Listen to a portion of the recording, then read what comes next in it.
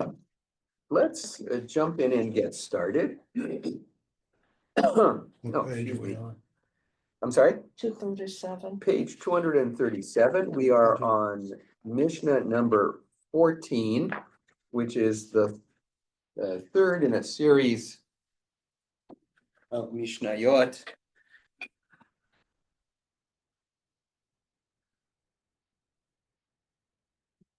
This is too little to read with my regular glasses.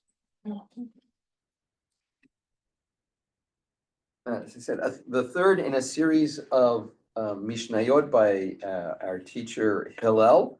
And I remind you that being the third, it's broken with the pattern that we've seen previously, where we were introduced to a pair of sages who were sort of the top of their totem pole of their generation. And we got one teaching from each of them, and the teachings often complemented each other. Here we get three from Hillel as sort of an indication that Hillel marks a change and was very, very popular, to say the least. Okay, so, and this is probably the most famous of Hillel's teachings. So we are going to sort of look at it, and then we are going to perhaps turn it a little bit on its head. Because why not? It's Purim, ben Nafochu, everything gets turned upside down. All right, so Hu Hayahom Omer, he also used to say, Im ein ani li mili, if I am not for myself, then who will be? Ukishe ani la'atzmi ma'ani, but when I am solely for myself, then what kind of person am I? And please appreciate that the brackets indicate some interpolation of words that are not extant in the Hebrew. V'im lo achshav ematai, and if not now, when? Right? So how do we normally understand this teaching? Right? That you have to stick up for yourself, or, because if you don't have confidence in yourself, no one else is going to, kind of thing. Okay, why do you say confidence? Because it's more than if you're just sitting in the corner, poor me or whatever, people, aren't necessarily going to come to you. You have to know that you're a worthy person. Okay, so it's so maybe even better than confidence, one has to have a sense of one's own value and self-worth. Mm-hmm. Okay, good. And if you're for yourself alone, you're pretty selfish. Okay. You gotta be, you're there, but we're supposed to be for others too. Okay, but I'm going to push back a little bit. All right, who will be for me? Well, if you don't think you're deserving, other people aren't going to think you're deserving. Okay. Nope. Gotta let somebody else in.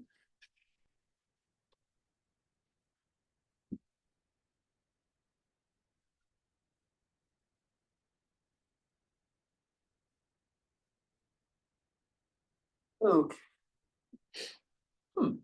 He disappeared again. Oh, Arnie, there he is. Oh, there he is. Okay. All right. So yes. All right. So the first clause, I think you are correct in reading it as self-worth and perhaps a blending of a certain amount of self-respect, right, and sort of a certain amount of taking care of oneself, right? And we read the second clause, and that's why I sort of highlighted for you the fact that the word solely does not appear in the Hebrew. Oh, look, Bill's waving. Let's everybody wave back at Bill. I was trying to get attention to Rhoda. Rhoda was trying to. Yeah, I wanted to say something. I was going to ask a question. I was going to try to do this before you were going to get to it. But it's great to be for yourself. You have to have your self-worth first. But then you need to spread it. You need to be care of others. You need to be cognizant of what's going on in the world. You need to help others. And the last part, if it's not now, you may We're not never up to get that. to it. We're not Okay, there yet. okay. One step at a time, all right? All right, so you have just sort of inserted the idea that we have responsibilities beyond ourselves, Yeah. okay? Is that what the text says? I know that's how we understand It it. says, if I'm only for myself, what am I? Meaning that if I only think of myself, what kind of person am I? Okay, so does that necessarily mean that I have all of the obligations and responsibilities that Rhoda suggested? Not necessarily, but if you're a good person, you reach out, you give tzedakah, you help, because There are plenty of Mishnayot that talk about giving tzedakah and doing all sorts of stuff. What's Hillel adding that we didn't already know? Is I guess the rub of the question. if I don't care about others, what kind of person am I? He's asking you to look at yourself, I would think. Yeah. And by the way, kind of person is added. You know, if I'm going to be literal, it's then what am I? Rhoda. It also refers to not being selfish. It does?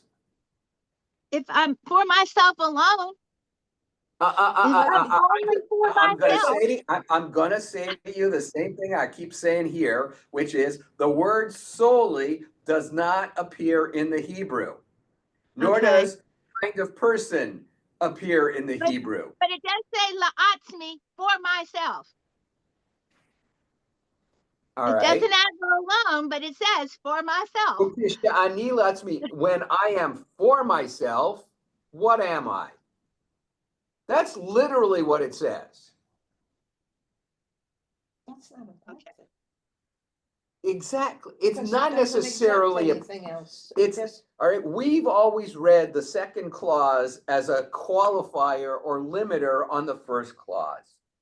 All right. it isn't. All right. If I'm not for myself, who will be for me? All right. It's an assertion of my value, my self-worth, the fact that I need to take care of myself first. So you take care of others. Not necessarily. All right. That's not what he says. What he's saying ultimately is, and when I am for myself, then what am I? All right.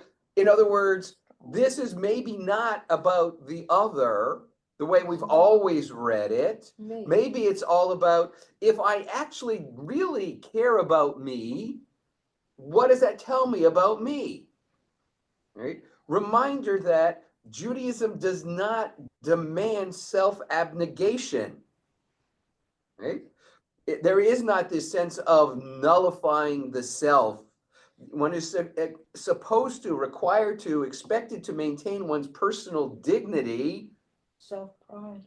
All right, self-pride, self-awareness. And there's a sort of a certain amount of, to use a very modern term, self-love that I think Hillel may be hinting at. That then tells me, what kind of a person am I? Because on one level, if I don't have that for myself, then I can't possibly care about others. If I don't care about myself, you know, it's hold that thought for 1 second, Rhoda. It's like the old story about this Rebbe in the old country who goes to visit one of the rich men in town, and the rich man comes to the door and he's wearing shabby clothes, and the rabbi says, it's good to see you, blah blah. They're chatting. He says, it's kind of lunchtime, you mind if I join you for lunch? And the guy says, sure, no problem. And what does he serve? He serves the most meager, limited repast you can imagine, right? a meal that even poor people would be embarrassed by. And the rabbi says to him, you are a sinner. The guy is shocked and going like, well, I'm a good person. Da, da, da, da, da. No, no, no, no. I want you. I'm going to come back next week. I want to see you wearing proper clothing. I want to see you eating a meal worthy of a man of your wealth. The man is confused, but if the rabbi says, this is what you do, otherwise I think you're a sinner, the guy does it. You know, he changes and he goes off to the tailor and he has this, and he's very confused, but the rabbi comes back and they're having a lovely meal. And he says to him, why? I don't understand. Just, if you thought what you were wearing was adequate and sufficient, and if you thought what you were eating was adequate and sufficient to someone of your stature and wealth, then what do you think a poor person should be wearing and eating? And he's going like, no, that's not the way it works. You have to value yourself and treat yourself properly so that you'll understand what it means to treat someone else properly. Because if you can get by with that, then a poor person should be able to get by with less. And you're already getting by with less than what's reasonable. You know, like the guy's a miser. Guy, you know, has wealth, but he doesn't want to expend it. You know, there was I shall not name neither the congregation nor the individual, not that you would know who it is, but there was a gentleman in the congregation who was,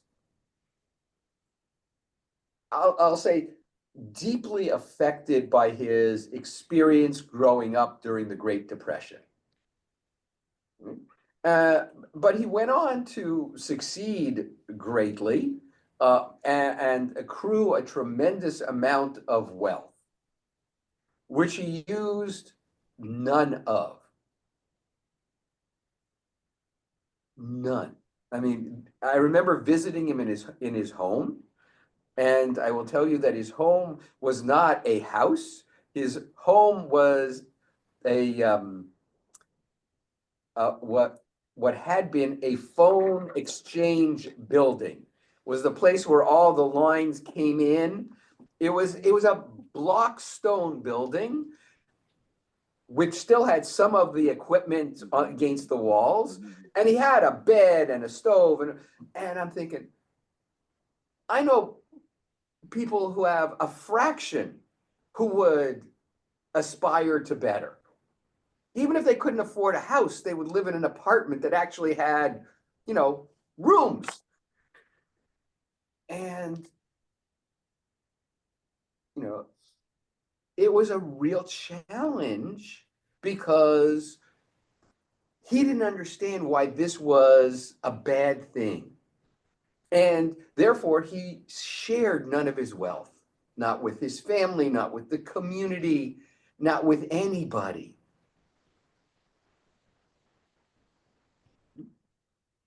And I'm trying to go, okay, I get it. You grew up when, not telling you to buy the biggest house in the county, but you're getting older. This place is damp. This place is harsh. You know, it's not even do something for somebody else. Be kind to yourself, you know, and get a house, an apartment, or something where there's heat or proper heat. And it was like talking to someone who spoke not the same language. And it was sad. It was truly, truly sad. I mean, this man carried his I don't even know what to call it, to such an extreme that when his wife died and he had a double stone monument put up, he had them engrave everything for him as well, so that the price would not go up until, right? And so he put in the date he was born, 19 whatever, and then he put in dash, and then 19 something, and left the last two digits blank. Well, the Holy One has a sense of humor because he lived into the 2000s, which meant that his family actually had to pay extra to have the 19 removed from the stone and re-etched to say 2000 and whatever. But that just gives you a sense of how absorbed he was by his situation. And there was nothing to move him. There was nothing, and it wasn't like I was, oh, well, the synagogue is looking to build a facility. Can you? No, this was, please, I beg you, move into a house, move into an apartment, move into something. And it just didn't get it. So part of what he's saying, if I'm not for myself, who will be for me, is then the corollary. If I'm only if I am for myself, then what am I? Maybe I'm a well-rounded person. Maybe I'm a whole person. Maybe I'm a better functional person than I would be otherwise. Because if I care about me, then maybe I will develop that sense of empathy and compassion and concern for other people. Right? So I think part of what happens when we read this Mishnah is we sort of jump over the part that really is about us.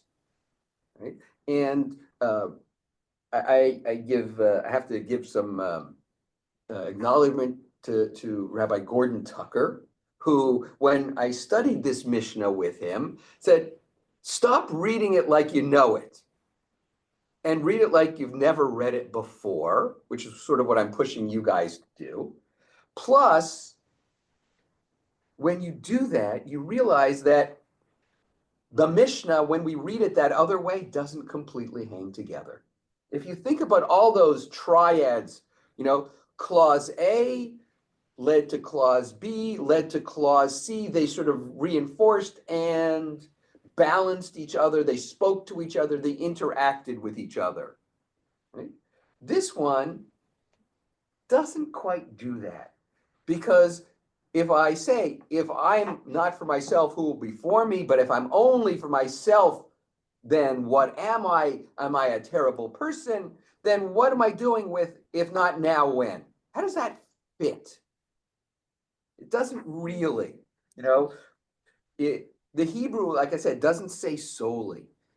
And if anything, if I'm going to create that tension between being for myself and being for others, then I want the third clause to talk about, how do I find the balance in that tension? How do I not be too much for myself? How do I not be too self-denying on behalf of others? So how do I maintain my personal dignity while also considering the interests and needs of others? Right? If that's the tension of the Mishnah, then clause 3 ought to be, so what's the secret? How do I know when I've found that Shvil Zahav, that golden path down the center that allows me to balance on this tightrope between myself and others? And then Gordon introduced us to a passage from Avot de Rabbi Natan. Avot de Rabbi Natan is kind of a parallel version of Pirkei Avot with changes, differences. And he calls attention to a passage in which, so Judah Golden wrote this really magnificent both translation and commentary to Avot de Rabbi Natan.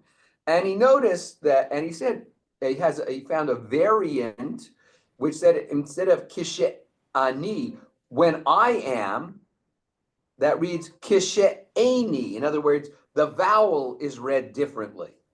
The letters are identical, but instead of she'ani, she'eni.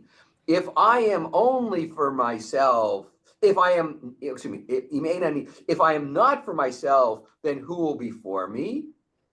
And if I am not for myself, what am I? You see what he's doing?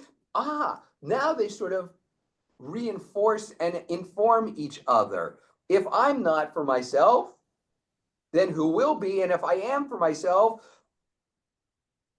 if I'm not for myself, then what am I? What kind of a person am I if I'm not even willing to take care of myself? And if not now, when? If not now, when? That makes perfectly good sense as, yes, this is when you got to do it. It's not like, oh, I'll be kind to myself down the road. I'll buy myself a this. I'll take care of that. No, no, no. All that has to happen in the now. All right? And I don't think he's trying to say, blow it all. But he's also saying, don't hoard it all either.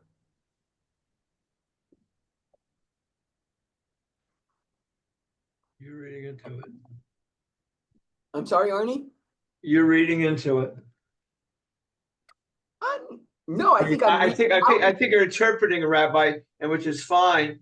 But I look at this more of the way you did it first.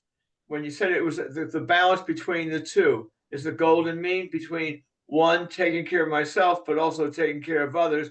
And where's the balance between the two? And I would just leave it at that. I think the rest of it's just interpretation. Well, the problem is that what you're asserting as the normative reading is in fact the interpretation already. Right. But that's just it. What I'm saying is that I'm trying to get back to the original reading of the text as opposed to the layered interpretation which we've been trained with since we were introduced to this Mishnah. We've been taught from the get-go that the Mishnah is about X, but that's the interpretation because it distorts the original meaning. Well, you also added the end, how did you create then the balance? And I like yours, which was if not now, when? Which means now is the time to do this if you don't already have the balance to create it in your life. Again, you are still reading the third clause, presuming that this is about balancing between my needs and the needs of others. And I think Hillel, there's nothing wrong with that other than that's not in the words. How does it mean? In other words, the text says, when I am for myself, then what am I? Okay. The kind of person is not in there. The solely is not in there. That's all based on how we've read it over the years as a point counterpoint kind of thing. But I don't know that that's necessarily what Hillel meant. I think that's why Golden's reading makes a whole lot more sense because it's telling me about how I should be with regard to myself. Where you went with the example before about the guy the miser who did nothing, but then when I said my little thing out loud, which I didn't mean to say, was dealing with hoarding, and I think that's the extreme. The two ends are the two extremes where I'm trying to go more to the middle. In other words, yes, you can be kind to yourself, but you can also be kind to others. So I can have my $50 and I can give you $25, but I don't have to necessarily keep $50 to give you $50. No, I get what you're trying to do. I think the problem is that I'm trying to push you out of reading this as a balancing act between myself and others and reading it only as being about me. And what kind of a person I could be. Okay, right? thank you, Rabbi. All right, that's the difference. All right, and then Golden offers an interesting reading of the text, which says, and here he is really pushing the envelope. If I do not earn merit for myself, then who can do it for me?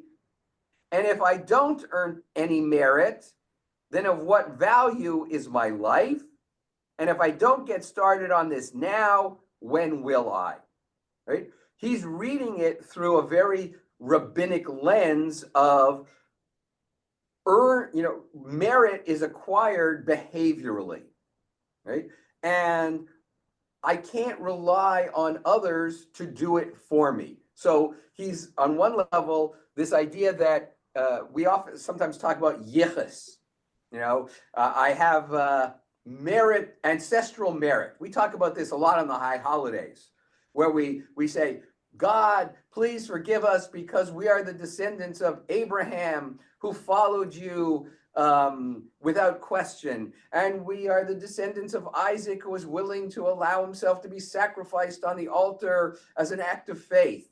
And we are the descendants of Jacob who you promised things to and who became the progenitor of the Jewish people. And because of their great merit, you should be nice to us. That's a refrain in the High Holy Day liturgy. We can debate another time whether that's reasonable or not. But part of what Golden is suggesting is that no, you earn your merit by your own actions, right?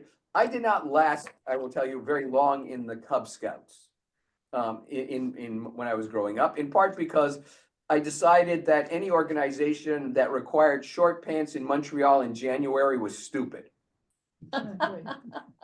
As a uniform element, just wasn't, it's one thing to wear, quote, short pants on the ice, but that's because you've got other stuff on.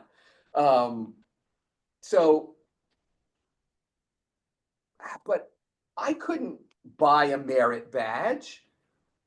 I had to earn my merit badges if I wanted them on my sash, right? If I want to learn something, I can't outsource it. If I want to be more physically fit, I can't pay you to go to the gym for me because I don't have time. Well, maybe if I paid you enough. But the point is that not only would you benefit financially, but you would be fit and I would be no better off and poorer. Right? In the same way that I am not a big fan of the custom of outsourcing the recitation of mourner's Kaddish to someone else.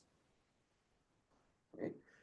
Because the purpose of mourner's Kaddish is to bring you into the midst of community and maintain a sense of connection between you and the community and you and God in a moment of loss and sadness. Sending someone else to do it doesn't achieve that in any way, shape, or form. It's not any different than my paying someone to go to the gym for me. I have no benefit from it. I earn nothing or acquire nothing or achieve nothing as a result.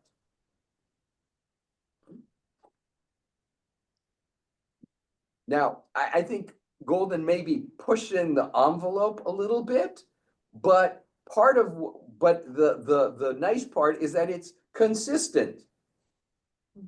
If I don't do this for myself, then who's going to do it for me? And if I don't do it for myself, then what value have I acquired? What have I achieved in life?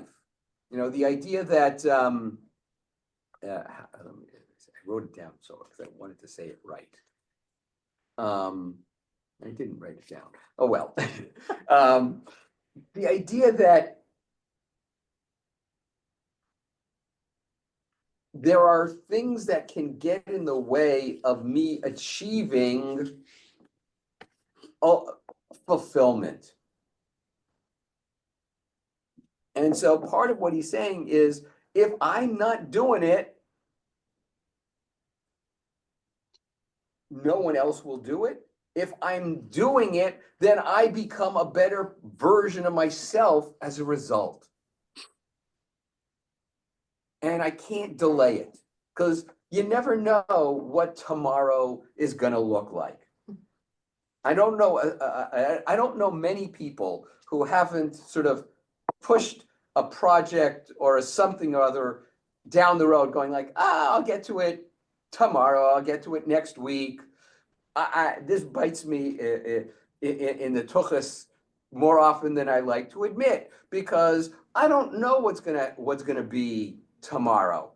You know, the fact of the matter is that, and I wish no one ill by the statement I'm about to make, but chas v'chalila, I could get a phone call later tonight that says, "Oh, Rabbi, my ex just passed away." Well, that means a whole lot of things have to happen, both in terms of counseling and funeral preparation and funeral and shiva and blah, blah, blah, blah, blah, blah. So if I left this much stuff to do for tomorrow in preparation for Purim on Thursday, and I get that phone call, guess what? There's a huge problem. Like tomorrow, I promise. And it's like, I know what I plan on doing tomorrow. I have my whole list of things to do, right? But the part of what he's saying is like, don't defer that stuff, because then something that you want, something that's important to you, may in fact not get done.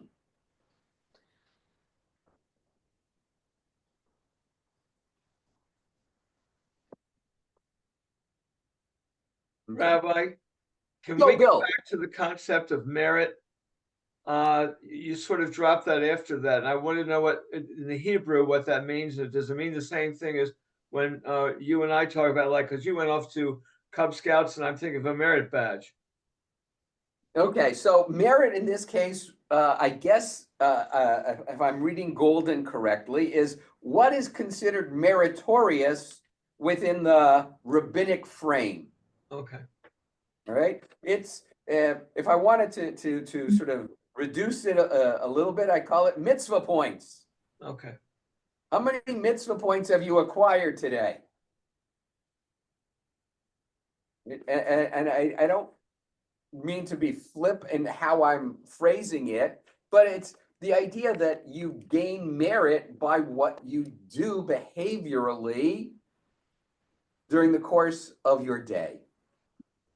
Did I set aside time to study Torah? Did I set aside time to talk to God in prayer? Did I set aside time to, do something kind for someone else, for the community? Did I carve out some time to deliver mishloach manot baskets? Did I carve out time to help make them? Did I carve out time? All right, the part of the beauty of it is that there are even more ways to earn mitzvah points than there are merit badges to be acquired.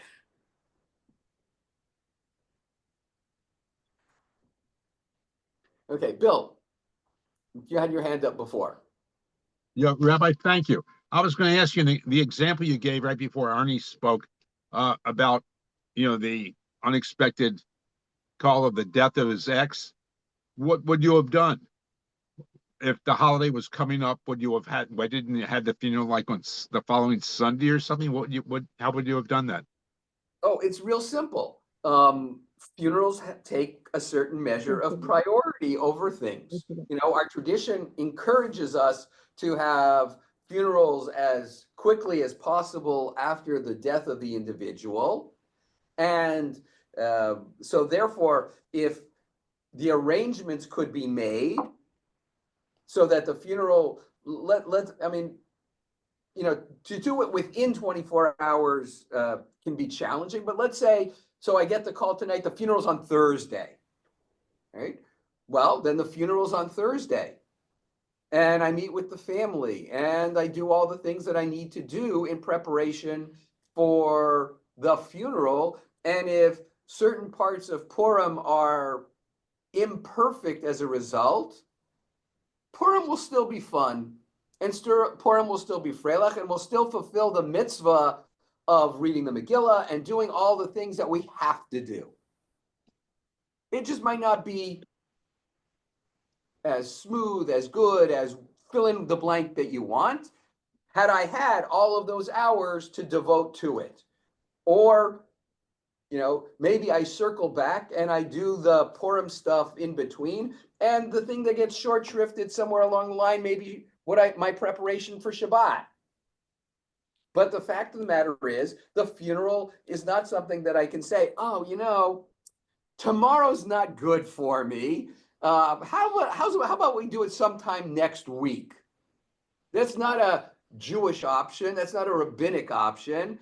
Look, I've done funerals on Erev Rosh Hashanah and Erev Yom Kippur. If you asked me, would I rather do it at a different time? Well, yeah, but that's not an option. Right? So part of what he's reminding us of is doing for ourselves also means doing things in the now so that we're ready for whatever might happen down the road. To some degree, this is, if I was going to caption this in some way, I might call it a wise word to procrastinators around the world. And you know who you are. Okay. Now, I want to yes, Rhoda. I just had a question. What if the funeral would be on Friday? Would it coincide with Purim, or is that one of the holidays it doesn't occur on? No, you couldn't do a funeral on Purim. It's only festivals wherein certain work can't be done, and depending on the circumstance and the situation, one can even do funerals on the second day of Yom Tov. Though that's somewhat of a rarity, but it does happen. Because I know my grandmother died on the first night of Sukkot, and so they delayed it till not just Chol Moed, they waited till the whole holiday was over. Okay, well, no, they probably waited. What they waited for was not the burial, but for the Shiva to begin. It could have been that, yeah. Okay, so if one needs mazel in all things, one needs a measure of good fortune in everything that happens, because when one dies, matters a whole lot in ways that we never think about. Right. So your example, Rhoda, is a challenging one in that if you die on the first days of Pesach or the first days of Sukkot, for example, your funeral would happen during Chol Moed, and in some communities it would be very perfunctory.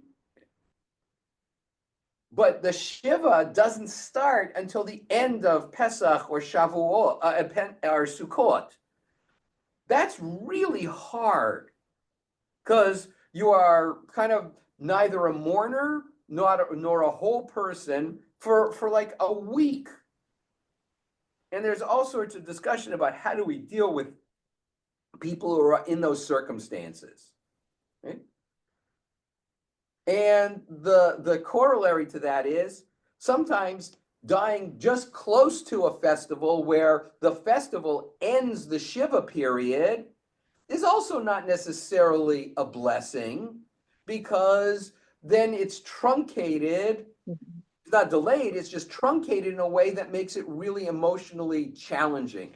My grandmother of blessed memory died between Rosh Hashanah and Yom Kippur. Right? She was buried on a Thursday. Shiva began, and on Friday, I had to go to my pulpit. And Shiva ended with Yom Kippur. So the entire Shiva period was maybe 24 hours.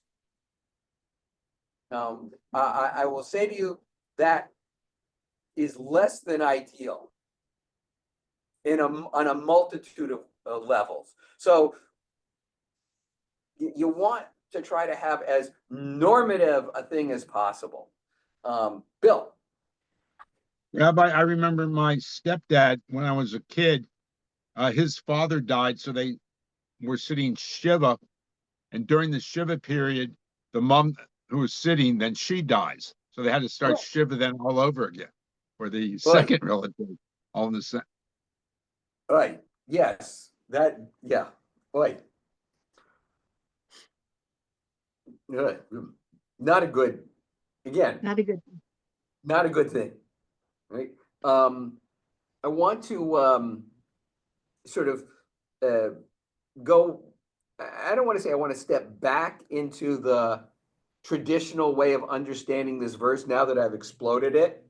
But I think there is, I think, there's partly a reason why the sages overlaid their understanding that we came to be familiar with.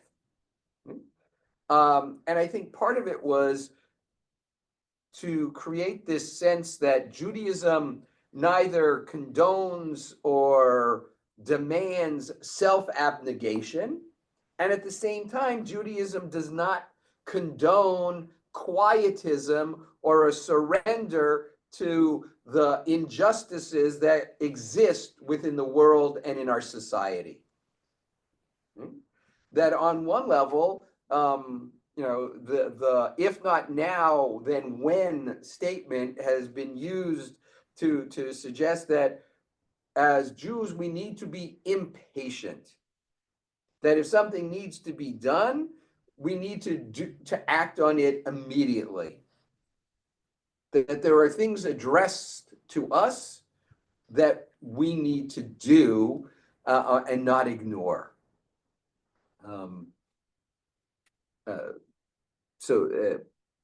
Albert Einstein, you might have heard of him, bright fellow, writing in his book Out of My Later Years, which was published in 1956, sort of addresses this idea in the following way.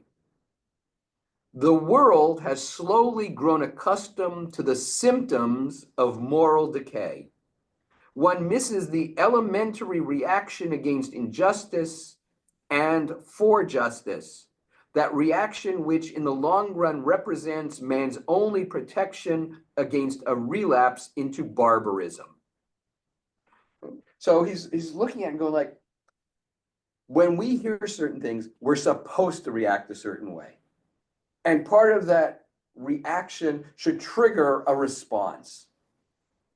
And the more we don't react, and the more that we don't respond to a reaction that we should have had, the more we allow stuff to just slide and get worse. And I don't know that I'm sure Einstein didn't have this particular passage by Hillel in mind, but I think it articulates a sense of activism that the rabbis had, which is why I think we tended to rewrite and reread the Mishnah the way we always have, as be for yourself, but take care of others, take care of the world, and do it now. It's a very compelling idea. I don't know that's what Hillel had in mind, but it's a very compelling idea. And it's a good watchword. Okay, so that is, okay. Any thoughts, questions on this Mishnah? Yes, Rhoda. Rhoda, you're muted. Can you quote Einstein again? Can I quote Einstein again? As Yes. long as you want the same quote, sure. Yeah, that's the one I want. Okay. The world has slowly grown accustomed to the symptoms of moral decay. period. One misses the elementary reaction against injustice and for justice, dash, that reaction which in the long run represents man's only protection against a relapse into barbarism. And I cannot help but assume that writing, a decade after World War II is a very operative reality in his statement. Well, I don't know what his feeling was, because his work was used to help build the atomic bomb. My guess is mixed.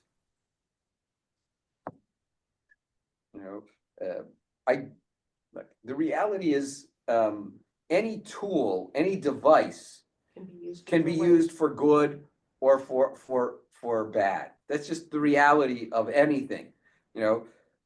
Fire, warmed our ancestors and cooked their food. And last night I built a nice fire in the fireplace, which my wife greatly appreciated. And the dog did not. But it's when contained and controlled, it's a great thing, right? And the one time some months ago when I started a fire and had not remembered to open the flue, that was not such a good moment. I'm going like, why is there smoke? And I'm going like, oh no, all right, that's bad, all right?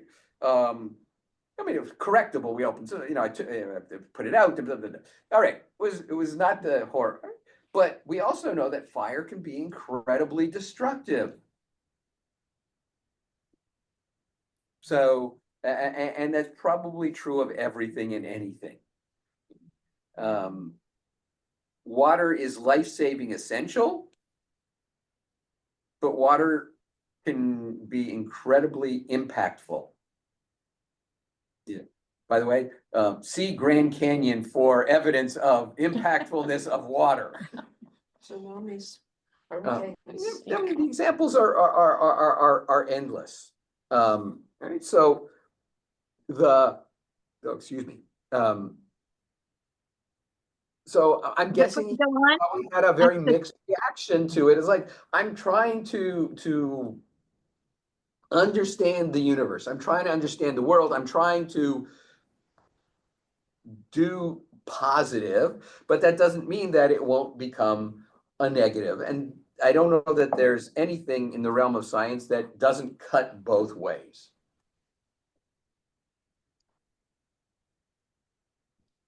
Yes, Rhoda. I was just going to add that when you were talking about the water, that's why we pray for the water in the right amount and at the right time. And in the right place. At the right place. True. Thank you. This is a real challenge. Okay. Chaverim, we have a few minutes, but not enough minutes to really do justice to starting the next Mishnah. So I will entertain any questions that anyone has. Otherwise, I shall say, see ya. We'll let you get ready early for Purim. The Purim's canceled. No. Yeah. I'm kidding. I would never cancel Purim. That's why I would never cancel. That's turning it upside down again. All right. Have a wonderful afternoon, everybody. I'll look forward. Thank you very much, Rabbi. As Purim always. in one format or another.